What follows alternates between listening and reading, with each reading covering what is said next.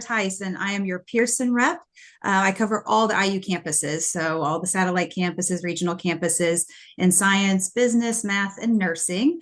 I think I've had the opportunity to meet a few of you on this team, but not everyone. So I just want you to be able to put a face with the name. But I'm really excited about today. We've been anticipating this for quite some time. And I'm really excited to share. This is kind of perfect timing because we have a lot of really awesome updates to our MyLab platform that I think will be wonderful assets to your course. But the first thing I want to do on, I believe, Thursday, I dropped off some materials. I don't know if any of you have been able to review them, but I dropped off some materials, basically a presentation guide and a Pearson commitment to what the support's going to look like for this adoption. So I'm just going to go over it first, if that's okay. But first and foremost, I want you to know that if you choose to continue with Pearson and move into our MyLab platform, we actually have a Pearson faculty advisor. She's amazing. Her name is Julie Rebert. She's actually in the classroom using the business and the MIS platforms within her classroom. And she actually will work with the course leaders to help build out the course. Like, this is how you build this sort of assignment, things like that, to get some traction and figure out how to use the platform, since it will be new for you. We also actually have a dedicated team just for IU for faculty support. So if they're within the semester, or as you're building your course, hey, I don't know how to use this tool, can you help me out? You can just send a quick email to our IU team and they will be there. I'm going to add Jackie. They will be there to answer your questions immediately. It's basically prioritized. They see an IU email come in and you get those answers very quickly and that support very quickly. First day of class training, because this would be new.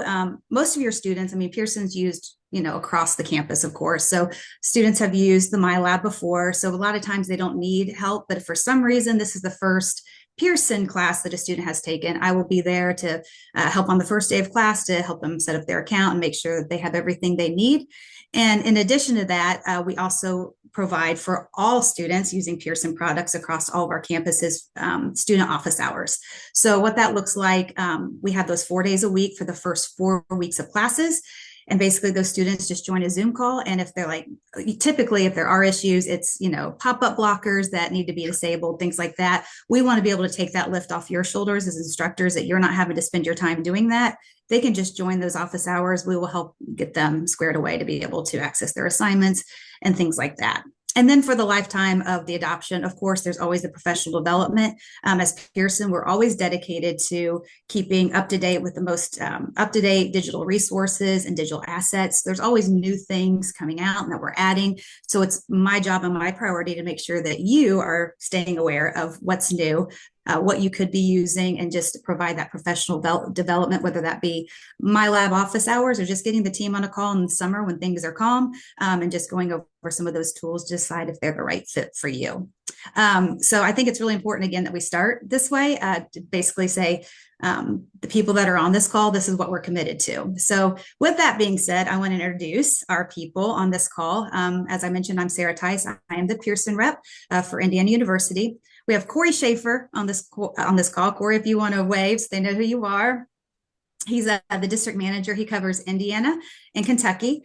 Jackie Palm just joined the call. She's our loyalty sales representative. She's not actually going to be presenting, but when we say loyalty, it's the lifetime of this adoption. She's there to also link arms with me to help me support this adoption. Jen Niles is our product manager for IT and MIS. She's amazing. Wayne Stevens is also a specialist product marketer.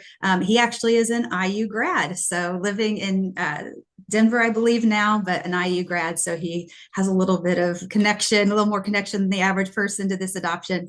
And then Julie Reber is not on this call, but I just mentioned her. She is our faculty advisor who would help support you in actually building your coordinator courses out. And then Trisha Licio is our VP of sales. So we're really excited. I'm actually going to turn this over now to Wayne, who is going to start basically the demonstration of what all we have to provide you. Great, thank you.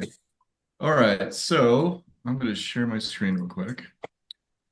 All right, so guys, what you're seeing here is our MyLab platform. So what's nice about MyLab now is that this is the same user face that we have for MyLab Math, MyLab Accounting, MyLab Business, MyLab MIS, MyLab IT, Science, Engineering, Biology, all those good things. So what's great about that is not only does it create familiarity for the institutions, especially with LMS integration and things like that, but it's also consistent for students to engage with the platform no matter what class they're taking that might be utilizing the same MyLab system. So what I've done is I've opened up my course. I'm on what we call our data-driven course homepage. So there's a lot of information here that's available. Basically, what we've done is we've identified the most common areas that the instructor would go to throughout the semester, and we've put them to the forefront rather than having to go several mouse clicks on the left-hand side navigation. So I'll walk through some of that. So right up at the top here, we can get an individual student settings if we want. We can manage announcements or student homepage. We'll see our current course time as well as the time zone that we're in. If we wanted to look at what the student view would look like throughout the semester as we're adding assignments or making updates or putting in course announcements, the default setting is the 2 weeks. They can see a month if they are planners. Otherwise, it might just be focused on those 2 weeks at a glance. But then they'll see these assignments that they need to complete, and then these correlations of shapes correlate to these assignments down here. So past due assignments, current assignments, and then completed assignments as well.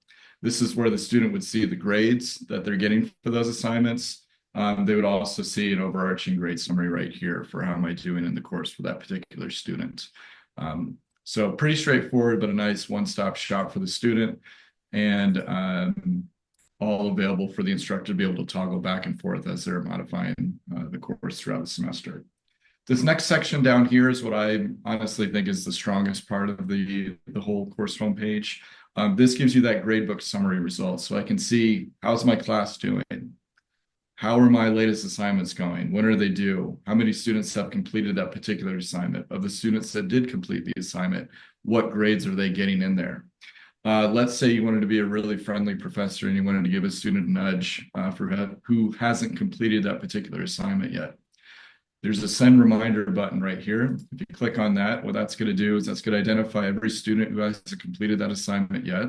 You can email selected, and this is going to pull up a BCC email template. It'll be coming from the same email account that you use to set up your course, and it'll be going to the students' email accounts that they use to enroll in the course. You can craft one note, hit send, and away it goes. So rather than having to go to the gradebook, make that mental list, or pull up your email browser and then start populating the students' names, you can do that as easy as 3 mouse clicks within the platform, which is very handy to give those students a nudge.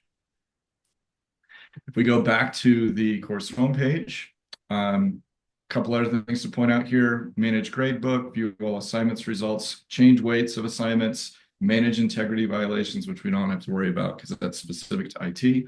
But there's also this real handy search bar right here as well. So let's say a student reaches out and says, hey, I'm really struggling in class. What you can do is you can put in that student's name right there, and that's going to pull up their entire year-to-date activity in the course. And then you can get into any one of those individual assignments that the student completed, pull those up, start that conversation or start troubleshooting, all of that, especially helpful for struggling students to just make sure that they're understanding the content or going over any questions they may have in your office hours or virtual office hours that you may be having. Going back to the course homepage, down here, I like to think of this as a little bit of a cheat sheet for the lecturer to remind students of what's upcoming. Again, more hyperlinks for managed assignments, settings for multiple assignments, individual student settings, which we'll talk a little bit about. And then we also have our Learning Catalytics links down here too, if that's something that is of interest to anybody. And Sarah can talk more about that if you'd like to hear more on that. So a lot of information right as you open up the course, rather than having to navigate to these common visited areas, all within the MyLab platform. As we move into the assignment manager, there's a lot of functionality that we've been able to do with this as well recently. Basically, the default setting is our list view. So this lists out every assignment that we've selected for the semester. This goes down, I think, 55. You might have 100 assignments, for an 8-week course or a 16-week course, no matter what you're doing. There's a lot of enhancements that we've been able to make here. So if we wanted to change the name of an assignment, we can simply click in. We can use the check mark or the X to accept that. If we want to change the order of something, we can move that down, or we can use a numerical reference to put it back up top. We'll see we have our categories of homework, quiz, and test. We have our tags, which I'll come back to in a second, start date, due date, and then assigning things on and off. So I can simply toggle on. These are some past assignments, which is why it's telling me that do I want to assign it? But then you can toggle that on or off. What's nice as well within this list view is we have these tags. These are 100% customizable for the instructor. We've done like week 1, Excel, custom grader, TIA. So this is a combo of computer applications, computer concepts course that I'm in right now. Let's say I wanted to look at my tech in action content. So if I did TIA, my search results would then modify to all the assignments that I've tagged with that particular distinction. And then let's say I'm more of a visual planner. I can click on the calendar view. I can now see 30 days out, what's going on in my class. You'll see my search results carried over. I'm going to assign this quiz. So I'm going to click on assign, and we're going to put that for today.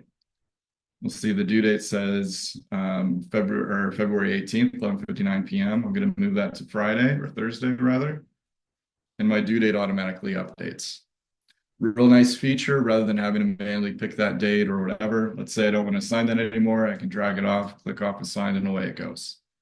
So very easy for assignment modification. If you take away the tag, your search results will return to where they were originally. What's also nice about these tags is you can assign these to students.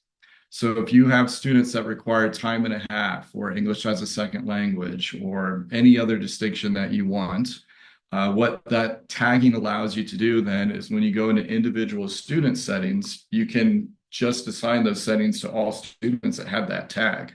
So rather than go individually student by student to make those modifications, you can do a large group. Once you assign the tags to the students will never know the tags that you assign to them, but allows that further customization that you may find useful for you.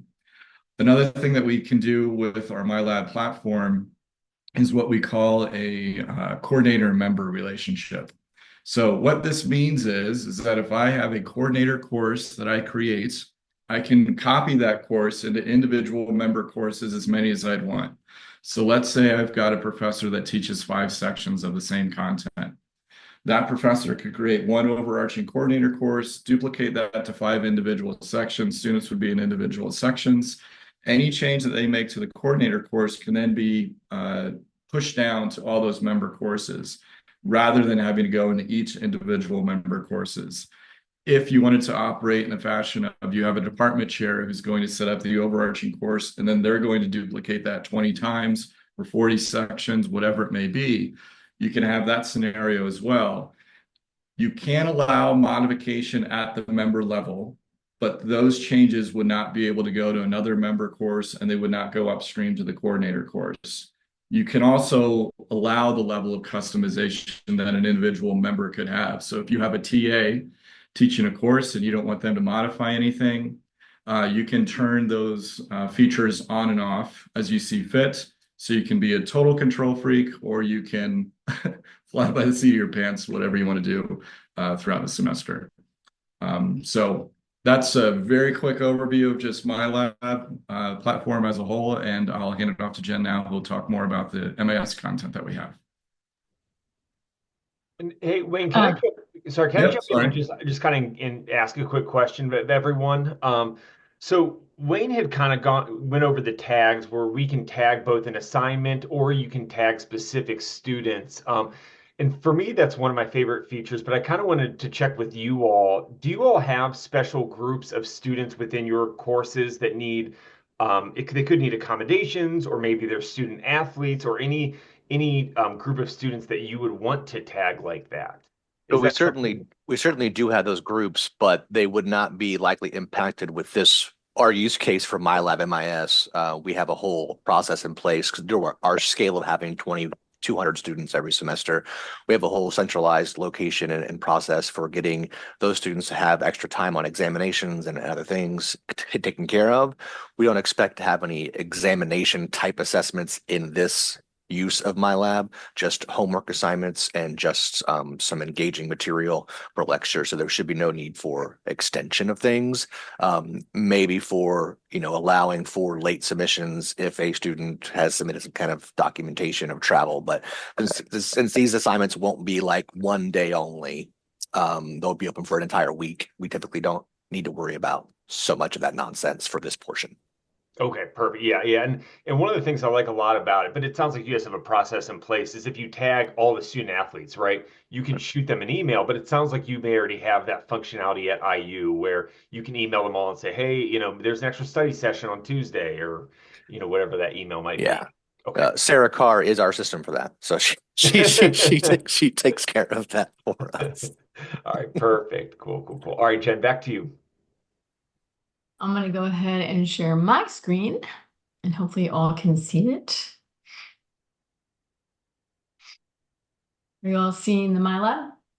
Awesome. Okay, so Wayne was in a different course than I'm in. This is the actual using MIS course. And as you can see, it's a test course because it's just being built. We're testing it out, doing quality control, making sure everything is current. So some of these things are placeholders and not fully live yet, but it's due at the end of March, early April, getting that all ready.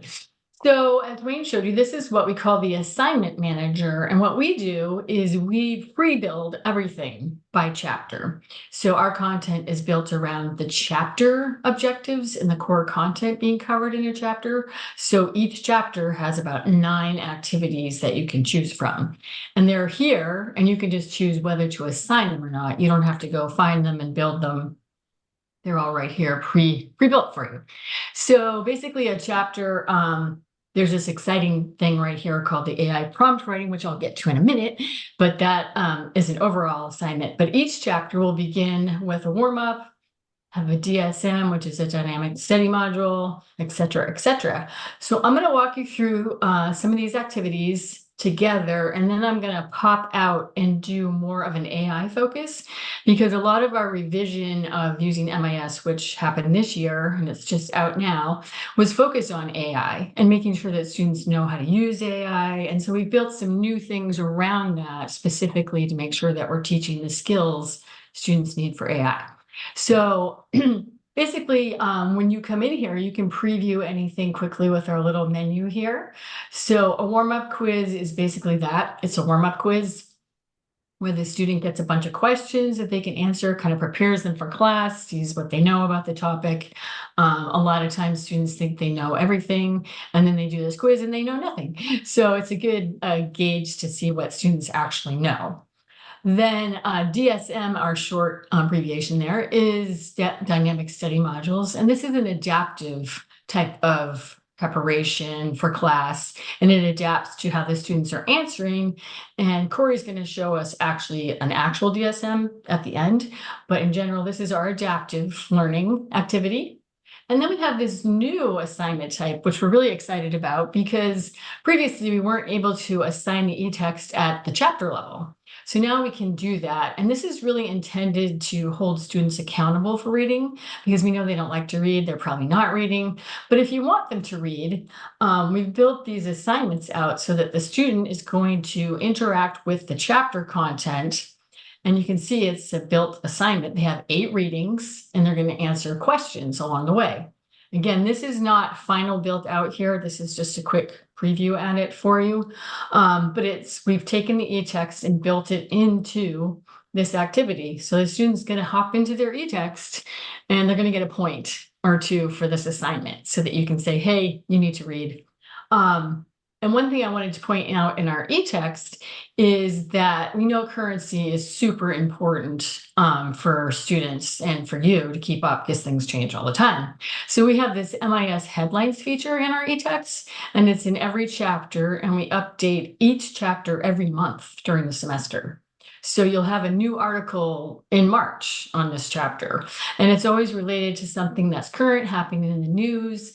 And we found that students take the content a little more seriously because they think, oh, it's actually current. Like this isn't old stuff and old information. And we give you a couple of discussion questions to use if you want to use these articles. And the student can link out to the full article.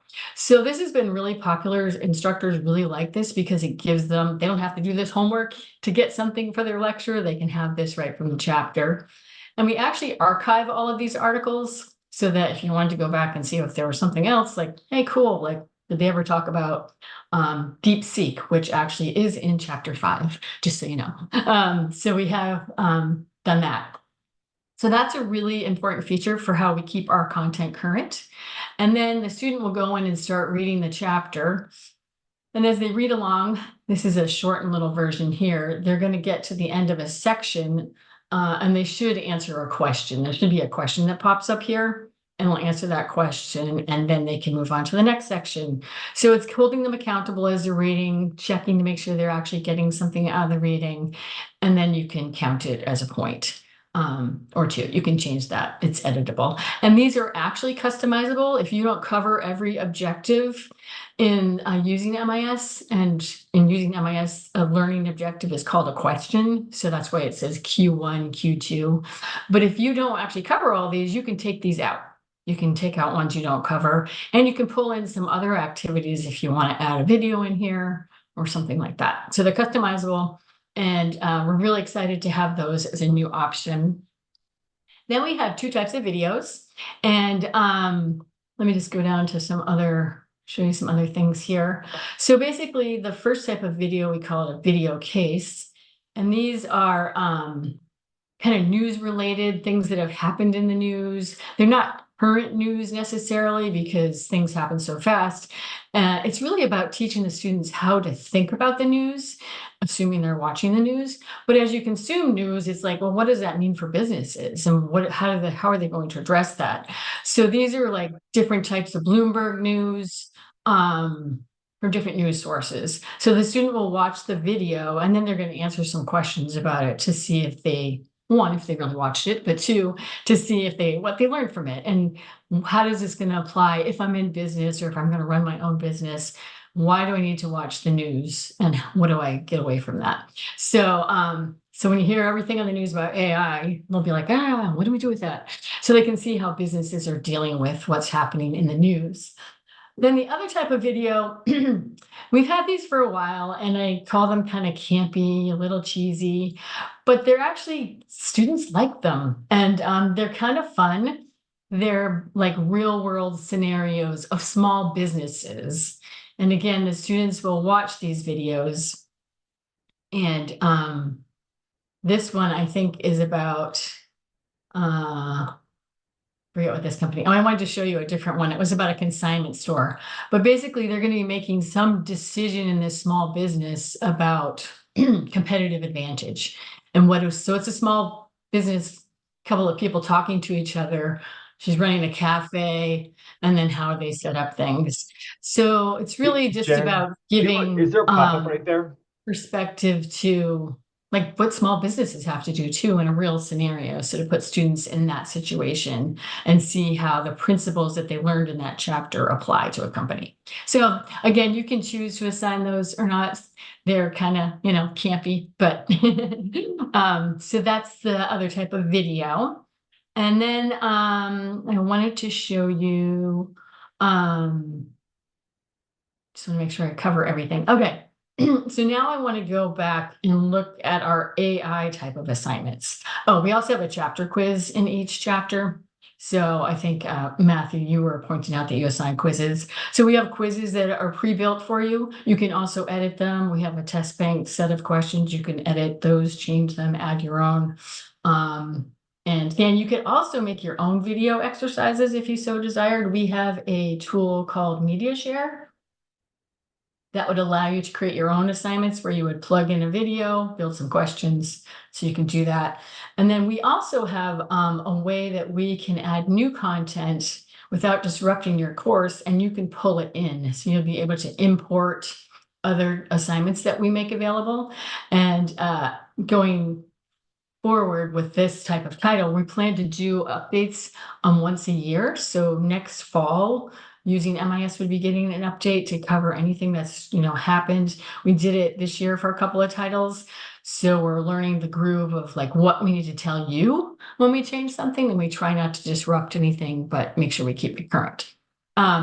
So we have 4 different ways that we are looking at AI now in assignments, and it's because we know students are using AI, but are they using it effectively? Do they know how to use it? And we want to give them the skills that they're going to need.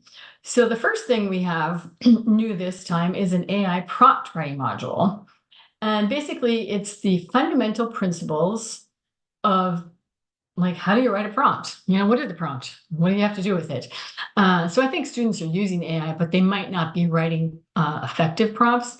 So actually, we've shown this to a lot of students and instructors, and everyone's very excited because everyone says, oh, I didn't really know this. I need to learn it myself. So this is something you can assign to your students. Hey, And it's Jen. going to, Hey, oh, Jen. So yeah. can you reshare your screen because the videos aren't showing up? So I think you have to share your whole desktop view Okay. versus just the web browser screen. Let me just try resharing. And So you mean my the prompt's not showing? yeah, the Yeah, the pop-up video wasn't. didn't show either. Oh, Yeah, and Jen, while you're resharing that screen, I'm just going to share a quote. It's not just something kind of interesting I read the other day. And basically, I'd read an article that talked about how the gaps in AI skills are widening quicker than AI development is, right? So faster than GPT can outpace Copilot, can outpace Gemini. What's happening even faster is that our students, we have groups of students who understand how to write AI prompts and are developing that skill and are using AI effectively. And then we have groups that are using it very ineffectively. And then we have other groups that aren't using it at all. And so it's an interesting thing, for you all to kind of figure out. But this kind of popped in my head, and I had a moment to chat while Jen was redoing that. yeah. So can you see my screen now? Yeah, you're good. Sorry about that. Um, so this is the prompt module, and this is basically what we call a simulation. It's our applied activity type, so that the students are going to go in and they're going to be interacting with this. They're going to be learning about, what generative AI is, where did it come from? So the progress of AI, and now that we're at Gen AI, just a little background there, which for MIS students is probably interesting and helpful, and they'll be learning it in multiple ways. So then they're going to learn about the different parts of prompting, and then they'll interact with this. Look at some examples, and they're going to do some drag and drops and matching. And then they will see examples. And this is the first release of this. Hopefully at some point students can actually put in a prompt perhaps and then we could give them feedback. We're not there yet. But so they're going to do some little activities, the basics that you need, what we want them to do. Maybe I got that right. Yep. And then they're going to progress and see some good examples.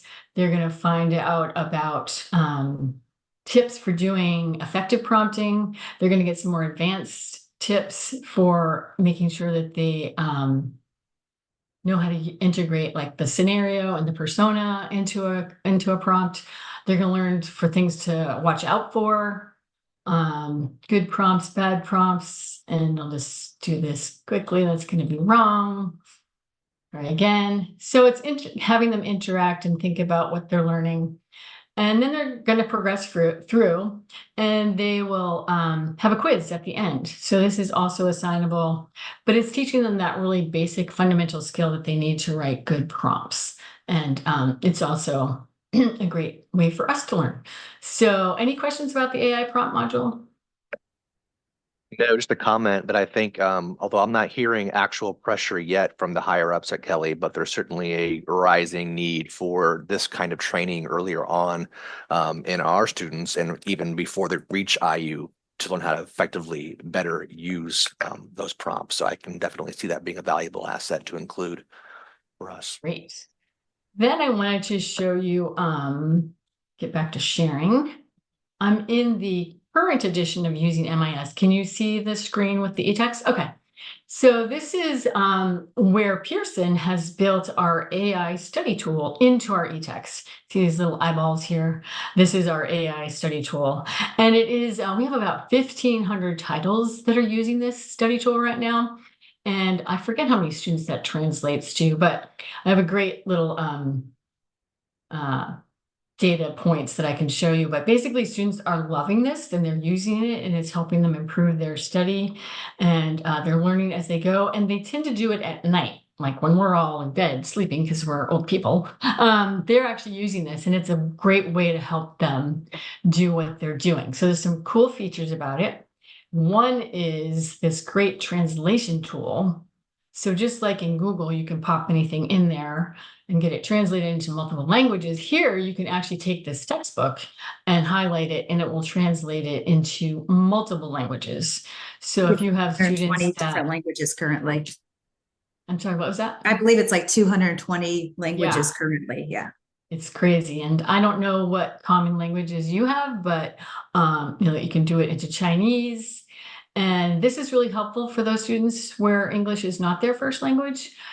But we also had some instructors say, but I want my students working in English. That's something we want them doing. So starting in April, you can actually turn off this AI study tool in the e-text if you so choose.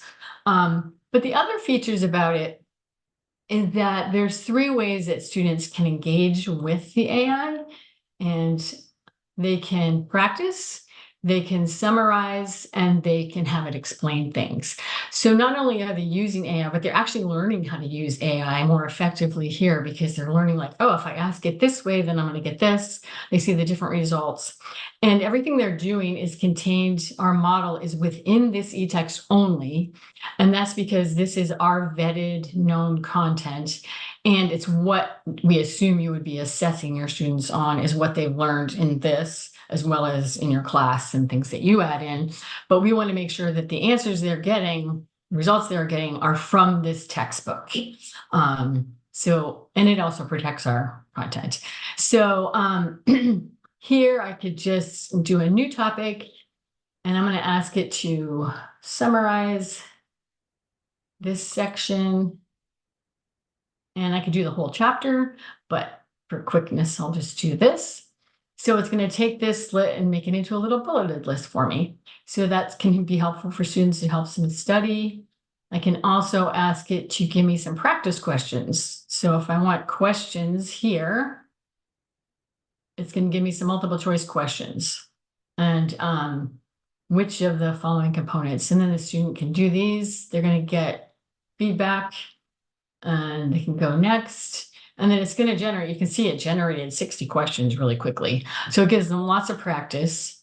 Just admit that person. And the last way is you can ask it to explain a topic. So let's just say, what is value chain? I can ask it to explain that to me.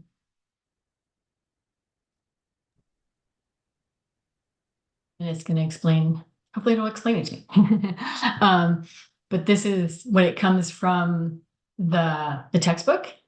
And then you can also ask it to tell me the difference between certain models that you're learning in here. Tell me what are the differences is. So it'll go through and tell you the differences. So that's the AI study tool in our e-text. And again, it's in most of our titles that are coming out. It will be in the Using MIS 13E. It should be live by June. So ready for fall classes. And that will be ready for students. Any questions about that? Just if there's a vetting process or a way to edit any of those questions that it generates, if there's an issue with the wording of the question, or if they're somehow being graded incorrectly based on our understanding of the topics, are there ways to report any issues, I guess? Yes, and I can't remember if you can report right from here. That's a good question. Do you know, Sarah? Report from the MyLab. There's an instruct, like a little reporting icon, and you can report any issues that you're having right there, or anything that you see that might be incorrect. Yeah, and Jen, I think that the 3 dots next to the thumbs up, thumbs down may have a report option. Okay, yeah. Is that right? Oh, no, that doesn't. Sorry. Nope, save So us a it note. may just be the thumbs down. One thing, Yeah, Grant, I will say is that all there of you the go. responses that our AI study tool uses comes from Pearson IP, right? So it's not Yep, grabbing anything from the internet or yep, any outdated books or anything like that, right?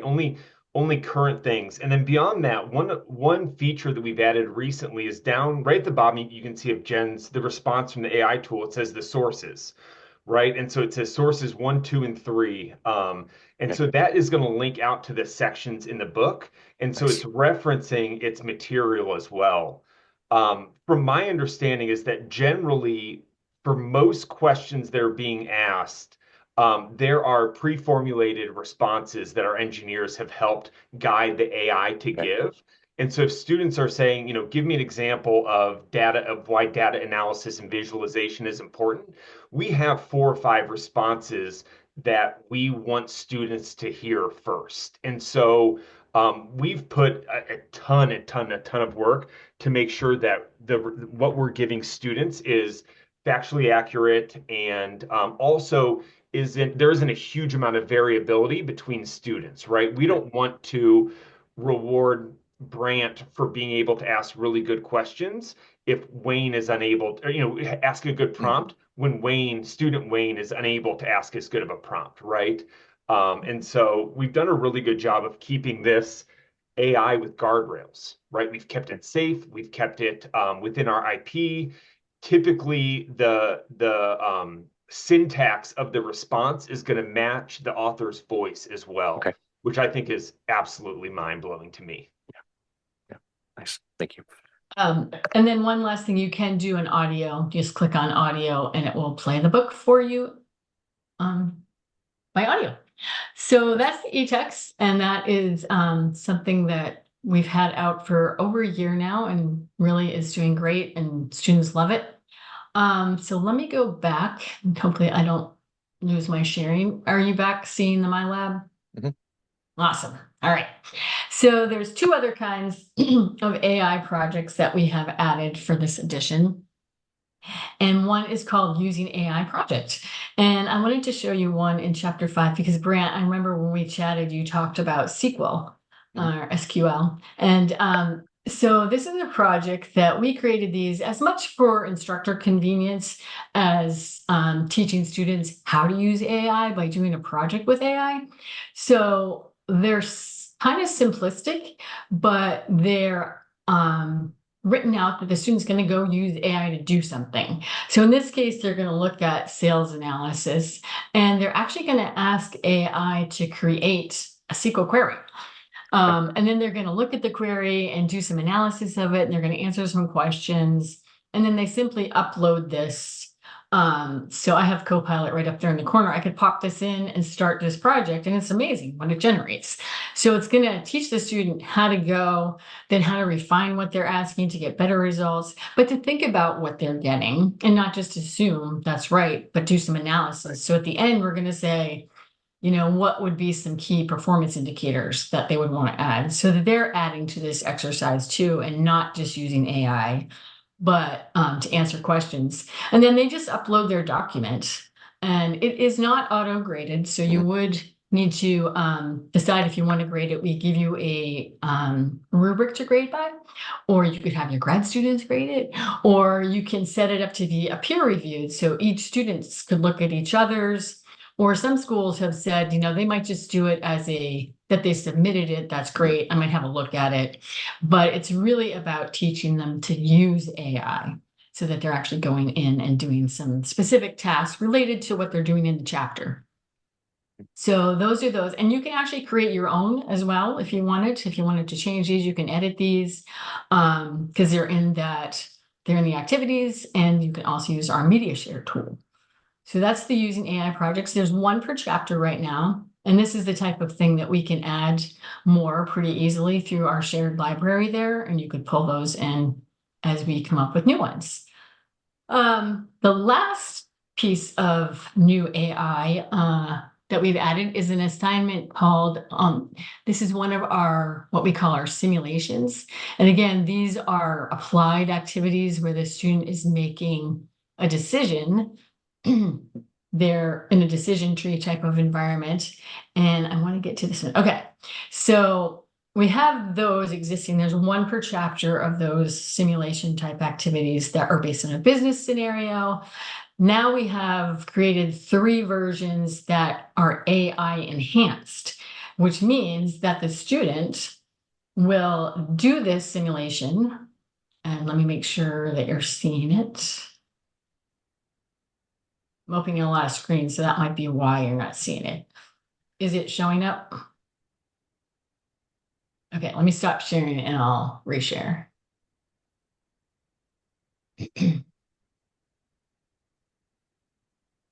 Share again.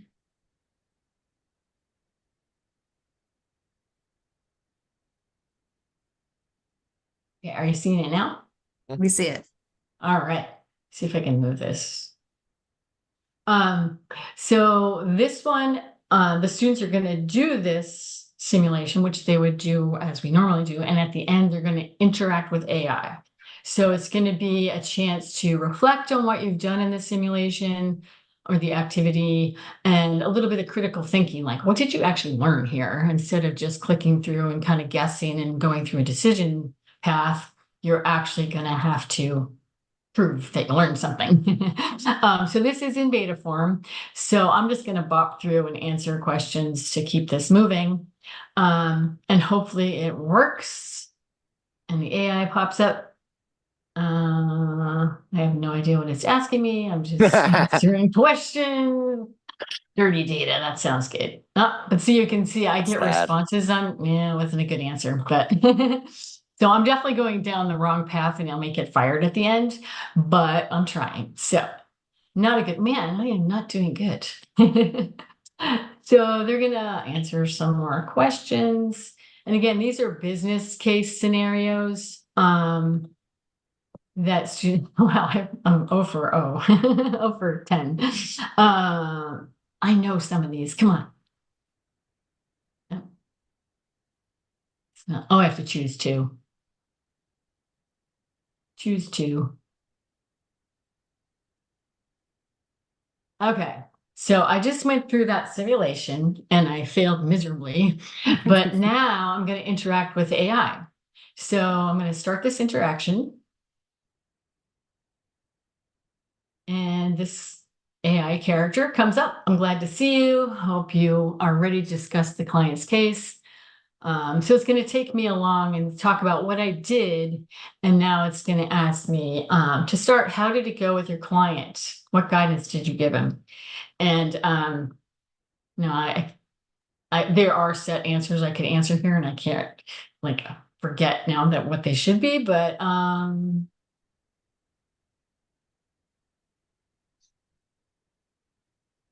database for his store.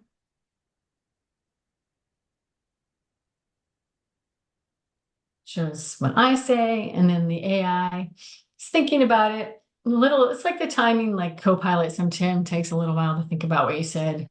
And it's going to give me feedback on what I said. So this is like, a beta version. So it's kind of like, hey, what would be the most effective advice you could give him to assist his operations? Imagine being in his position. So didn't quite like my answer, trying to coach me to do more of a detail. And I'm just going to say, I don't know. And then it's going to move me along. So there's going to be 3 to 4 interactions with the AI at this point, and students will get feedback. And this one says, it's probably overly worried. Going to give me some feedback here. So it's telling me some things that I should be doing. So I'm going to be interacting here, and I think it's acquiring data. They wanted me to tell the whole process of what you do first with your data. So you acquire data, mine it, analyze it.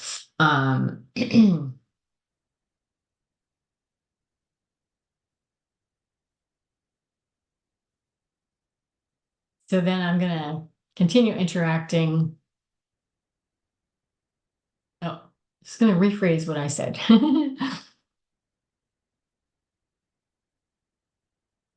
What data collection method would be best? I'm not sure. But we also, so this would be, like if the student really didn't remember, they might want to go back and redo the simulation, but they would have been paying attention and they would remember what they learned and be answering these questions. So I'm going to put OLAP.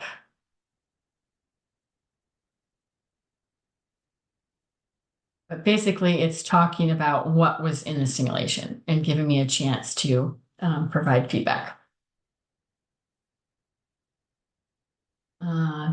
System to share with staff. What systems did you recommend?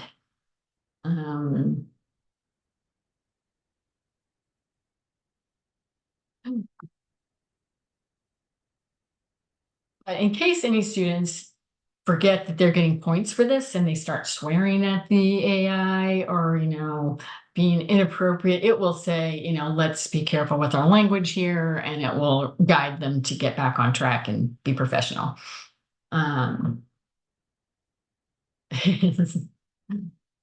So this AI is getting frustrated with me because I obviously didn't pay attention and just trying to wrap it up, but I'm not doing a good job. So now I can get an assessment.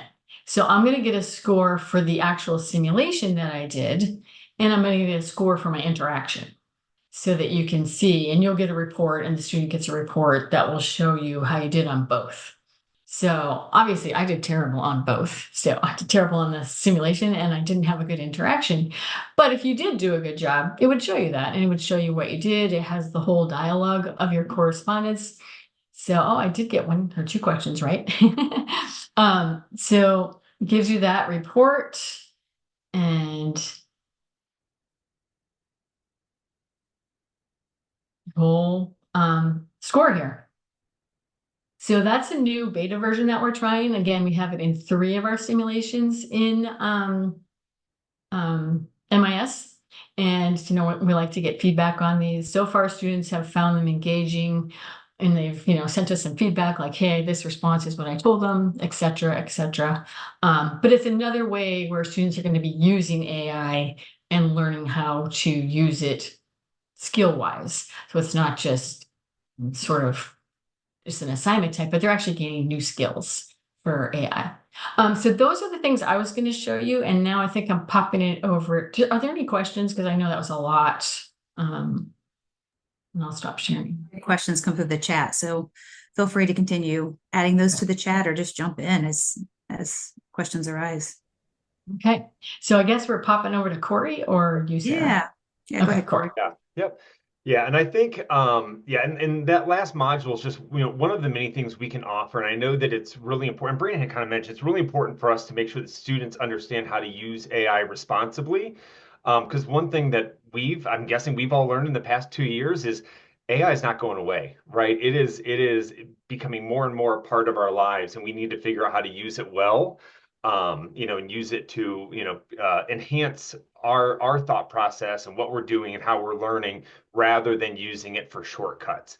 And one thing that I always kind of, makes me happy is that when you're in the eText AI study tool, or Jen had prompted that the AI simulation said, just give me the answer. What's the answer to copy and paste this question that my professor gave me? It will redirect them to the thought process, right? It is not trained to give any answers.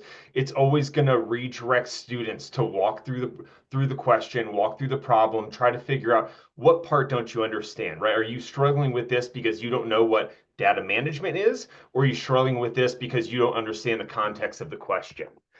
And from there, I think that we can probably all agree with this is I'm kind of transitioning between Jen and I, but trying and failing is better than being given the answer. And that's what the dynamic study modules are. That's what the AI simulation is. And that's really important as a part of learning, that our students understand that trying and failing is better than reading. Trying and failing is better than being given the answer, right? It's about the process, and that's the only way we learn. And so I'm going to show us the dynamic study modules. Okay, let me share my screen.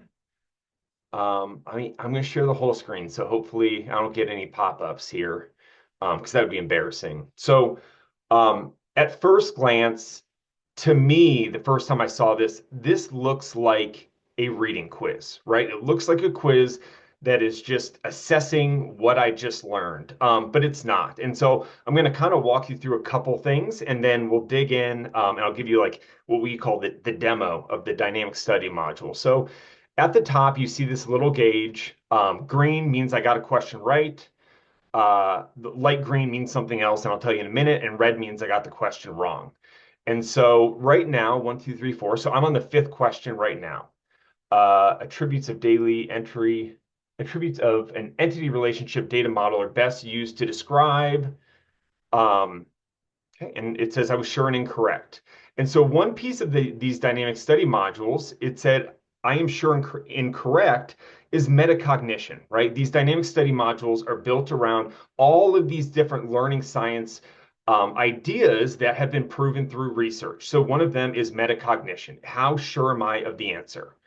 Okay, so I'm going to give two answers because I'm not sure. And this is something your students can use. They can use this. Some instructors like to use these dynamic study modules before class. Some like to use them after class as a review. So we're looking at metacognition. One thing I'm going to point out right here is that it says I'm incorrect, but it's not giving me the answer. Okay, this in the learning science world, we call that delayed feedback. Okay, next question. Okay, so I'm going to answer again. This time I'm going to say, I'm going to click it twice. I'm telling the dynamic study module that I'm sure. This is my seventh question. It says you're sure and correct, right? So I'm doing really good. Okay. I'm going to say I'm sure again. This time I was sure and incorrect. And again, it's not giving me the answer. This is the delayed feedback. This is also another concept in learning science is called spacing. And so this is spacing. It's giving time in between when I'm answering the question and when I'm going back to study. And when you incorporate chunking, delayed feedback, and spacing, it's going to improve the students' learning. And us too, right, as adults. And so I've done 8 questions. That's the chunking piece. I have not been given any answers. And at the end of those 8 questions, I'm going to go back and I'm going to learn. So I got, of those 8, I got 4 correct. So 4 green. I got 2 partially correct, and I got 2 wrong. So what it did is it took the 4 that I got correct and threw them into a correct box. So I'm not going to see those questions again. And the 4 I got incorrect is going to walk me through them. So the question that I got incorrect was which of the following is a request that is executed to retrieve data? I said it was a report. It's actually a query, right? And then down here, it's going to give me the content of why. And so at this point in time, as a student, I'm going to go through and I'm going to review the 4 questions that I missed. Okay, review 4. And then I'm going to go back in and now I'm going to get another set of 8 questions. And I'm going to go through and I'm going to answer those. And if you all are looking at these questions, these are typically Bloom's level 1, right? Some students will, some instructors will assign these to students as a review of their reading.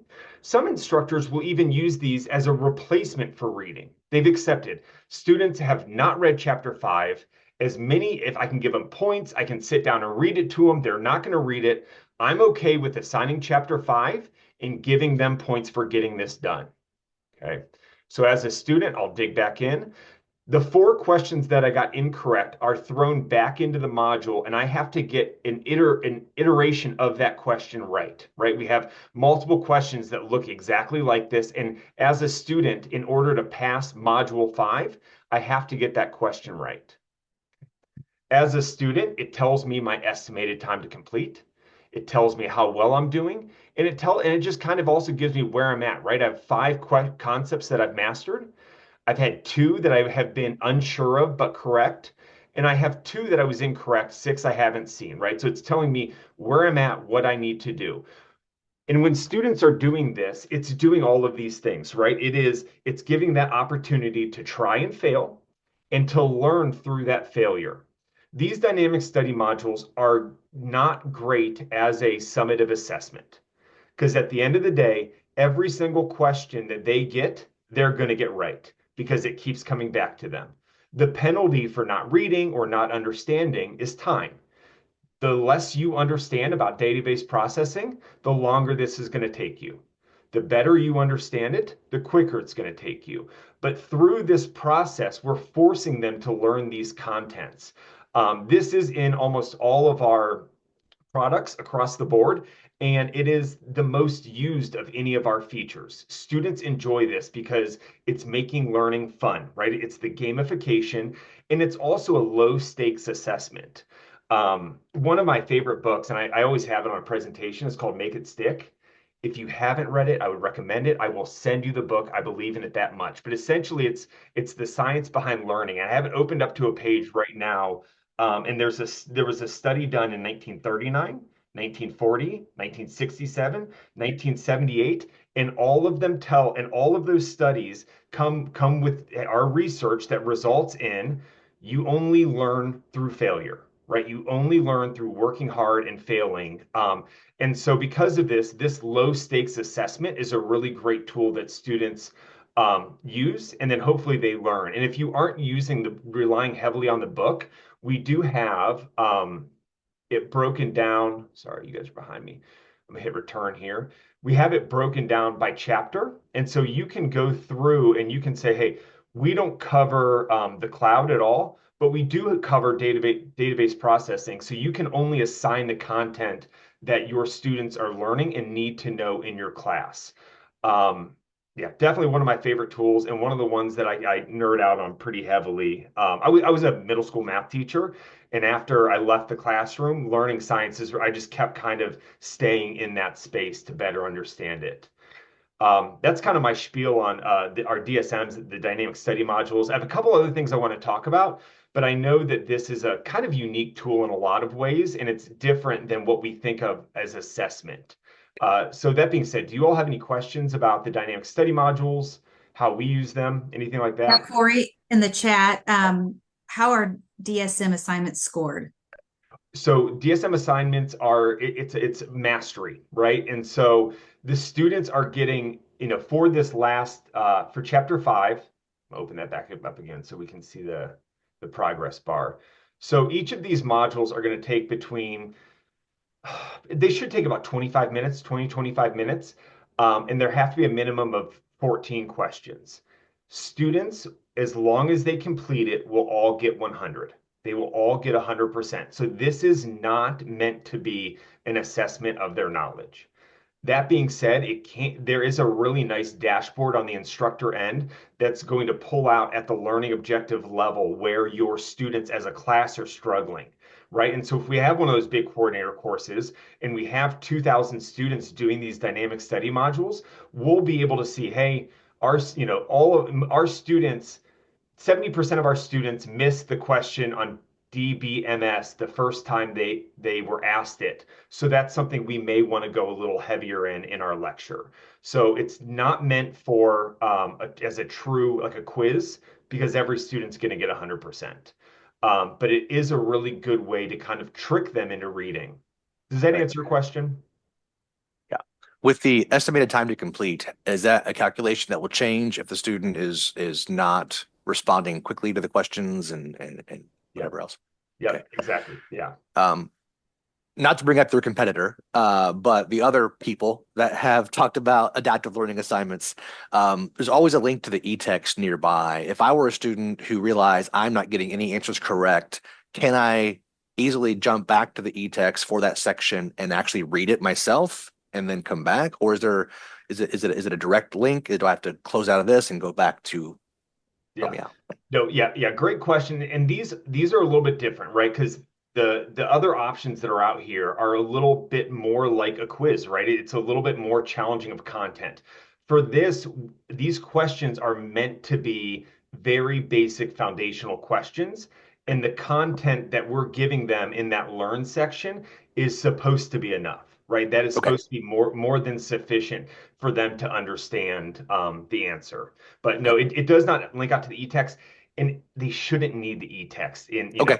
It is kind of the by design sort of thing, right? It's meant to, we don't want to distract them. We don't want to overwhelm them. We want them to stay in this dynamic study module through fruition. If they are struggling, they should probably go back to whatever content you're directing them to initially. But ideally, they just stay in here and hopefully don't get distracted. Perfect. Thank you. It is tied to the chapter that it's assigned with. So they would go to the e-text for that chapter and yeah. And how customizable are those? If I want to do only, questions 1, 2, and 3 from chapter 5 versus questions 1 through 7, can I uncheck certain sections and only have questions relevant to those sections I've assigned? Yeah. So a lot of our MyLab assignments are totally customizable, right? You can go in and tweak a word, tweak a comma, tweak the answers. For these, because of the way that we have like the iterative questions, all of the questions are pre-created for you. Mhm. We also need to have at minimum 14 total questions in here for that chunking effect to work. Cool. But that being said, as an instructor, a lot of these modules have around 20 questions, and so you can remove up to 6. Chapter 5 that I pulled up does only have 15 questions, so you would Okay. only be able to remove one. If that's something that is really an issue for you, and you're like, hey, listen, I really want to assign chapter 5, but there's 3 questions in here I hate. Shoot us a message, and maybe Jen and Wayne can kind of help us add a couple questions in so that we can pare down some of the content. I have seen that happen before in the past. But generally, the modules have over 20 questions, and so you have the ability to pull out 6. Okay. Yeah. So yes, you can remove questions. You cannot edit though. Okay. And that's just because of the iterative nature of this. Makes sense.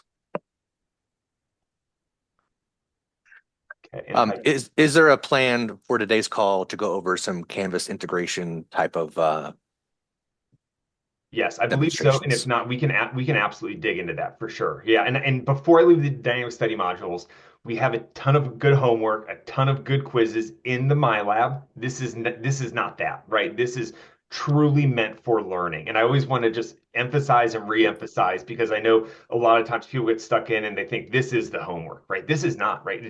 It's another feature. You don't have to use it, but it is a really great learning tool. Yeah, and so I'm going to talk about one other thing, and then we can dig in a little bit into Canvas. I don't know if that was in our, I'll pull up the itinerary and double check, but if not, we absolutely can. Everything we've shown you You can can be speak to that, integrated Corey. fully into Canvas, right? Okay. Once you have your course set up in the MyLab, you and students never have to leave Canvas. Okay, so we can make that, we can help you make that happen. And Sarah will dig into that. I am going to show you like 2 other features that are part of the MyLab that are a little bit newer. And it's mostly just to show you that we have a ton of stuff in here, right? We have things beyond that typical assignment. So one piece in the MyLab is what we call the Student Career Hub. This is brand new, and it's kind of powered by our Pearson Job Match, which is exactly what it sounds like. It's a way for students to match up their skills with a real life job.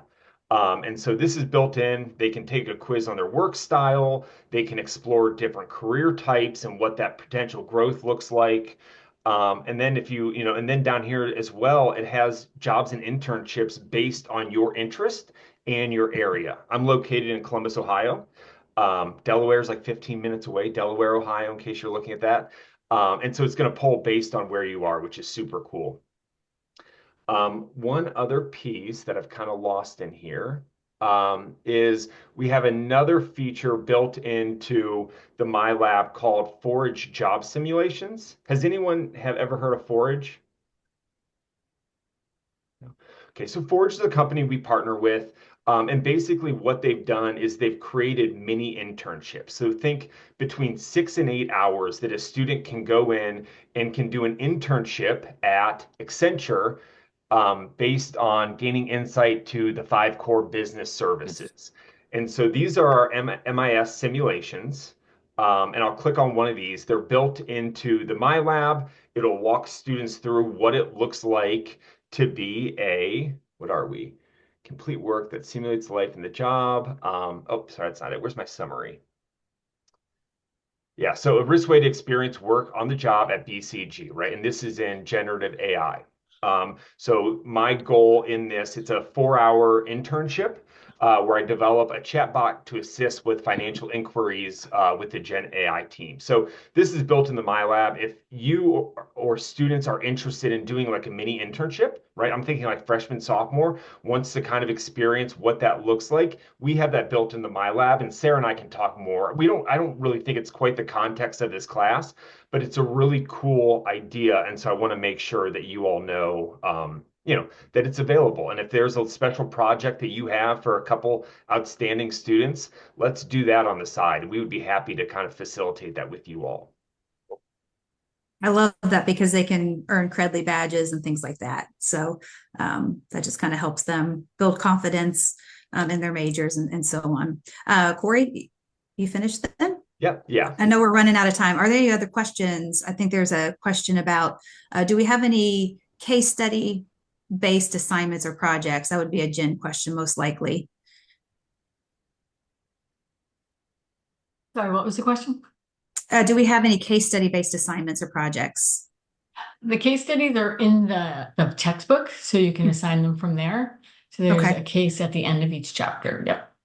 And that's a great caveat. So we've already mentioned, I know the book is not the focus of this course at all. However, it is coming out in the 13th edition very, very soon.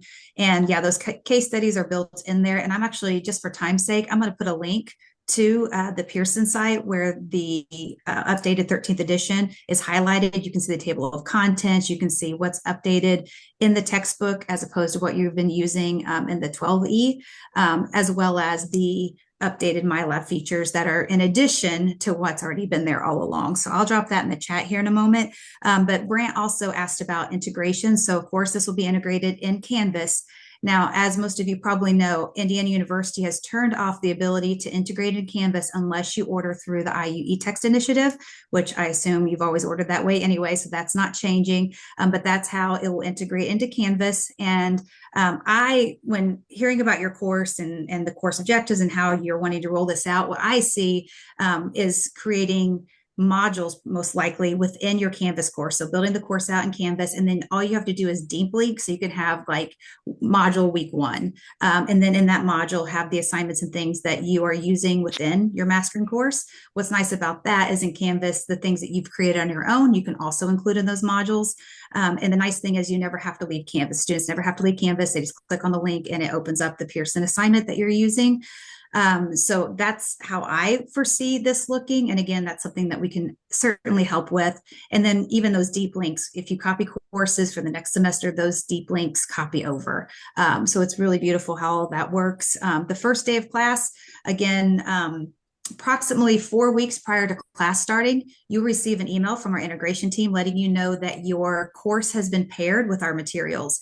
You can't integrate your course materials until that pairing's taken place. And like I said, typically our goal is always 4 to 6 weeks prior to the first day of class. And so it's just a very simple, they use the Access Pearson tool in Canvas. You'll click on that, and then basically it redirects you to MyLab Mastering, and you just click on the course and it's integrated. But we actually have an integration team. In that packet that I provided you last week, you will see what that email looks like. There's actually links within that email, and you can just literally reply to that email and say, hey, this is my first time I've ever integrated. Can someone hop on a call and help me? And we have a team, and it's that same dedicated IU team that I referenced earlier in the call that will help you with that integration. So I see, again, if we move forward with this, us all maybe just getting on a call like this, and with our integration team, we all just complete it together. And then once that's done, then we can start building out those deep links and things within your Canvas course. Any questions about that? No, but just the idea we can begin setting up a coordinator course before Canvas integration is even a conversation to be had. So we can plan everything out, and then 4 weeks prior to the For sure. Yeah, you can start working on your course tomorrow or whenever the actual course becomes live. And that's what it was kind of a learning curve for a lot of people, because for a long time they couldn't do that. But now they can just set that course up in MyLab. And then once the integration is just connecting the two. So that doesn't take more than a minute or two to complete. Any other questions? There was a question in the chat about data being able to be accessed from the coordinator course of students' time spent doing certain assignments and whatever else. I know that with a coordinator course, if an individual instructor changes one of the assignments, that syncing stops. Does the data also become no longer available if that assignment is somehow modified from what the main course was? Okay. We can still get to it. Yeah. Yes. You can lock the course too if you don't want them to be able to make changes, so you can set it up 2 ways.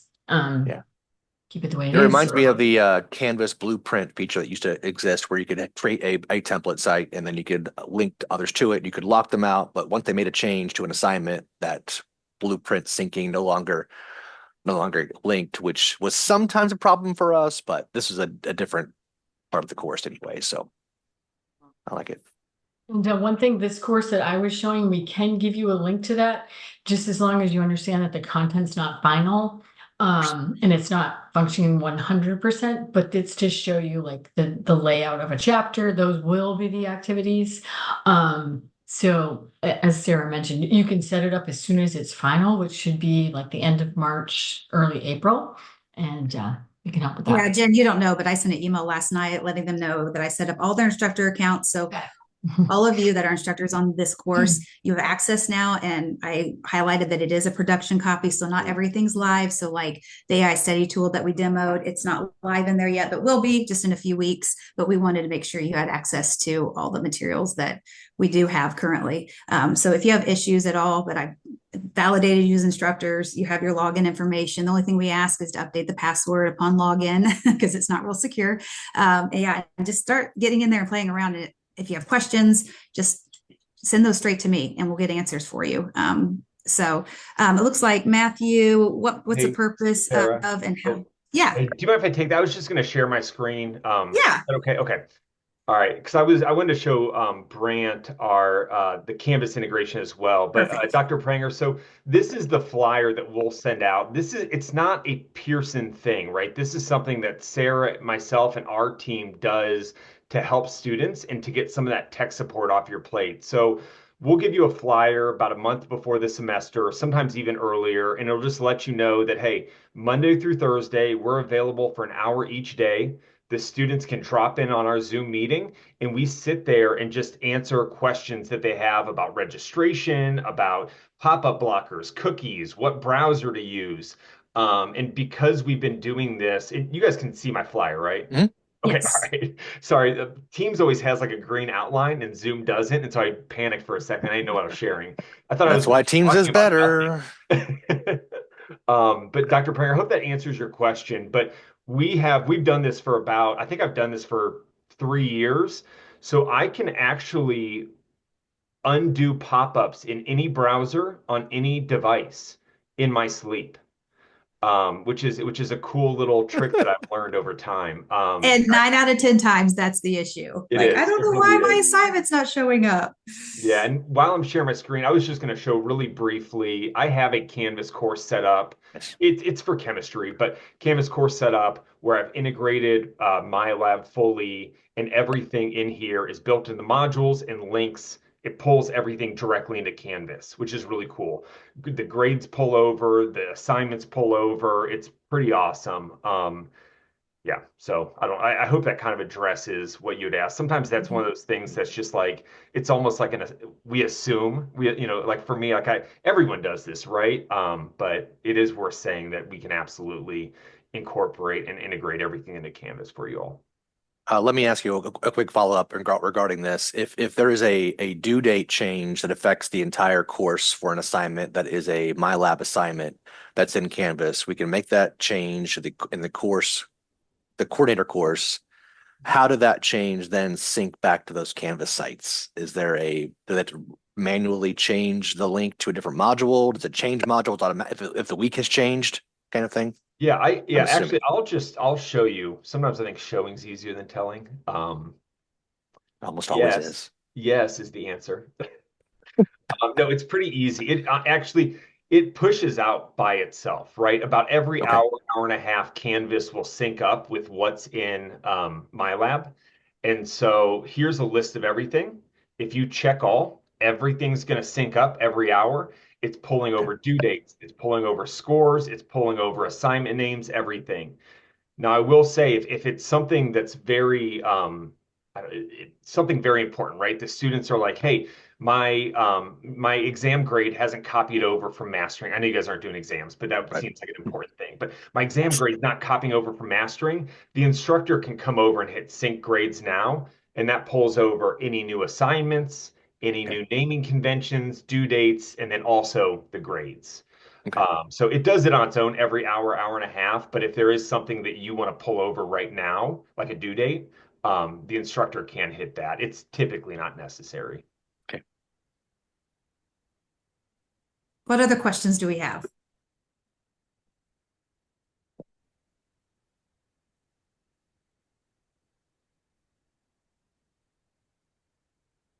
All right, doesn't sound like we have any others, but I think as you start digging Yeah. into the courses, I'm sure you're going to have questions. So again, please, please, please just reach out with those. And we're happy to respond as quickly as we can to get the answers for you so that you can make a sound decision. But again, Yes. we appreciate so much. I mean, an hour and 15 minutes of a lot of information. Your head's probably spinning.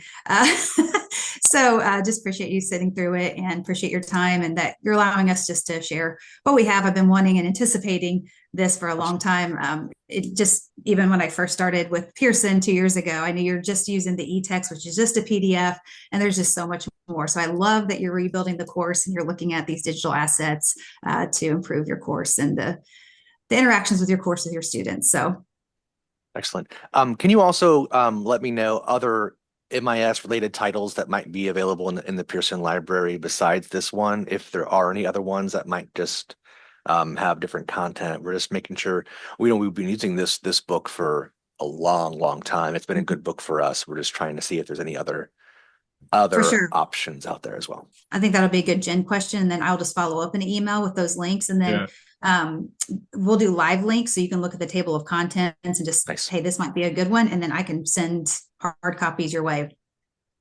Yeah, we have a whole business school catalog of all of our titles and everything. And so there's actual pages dedicated to all of our MIS content, upper level and introductory. So we can share that over.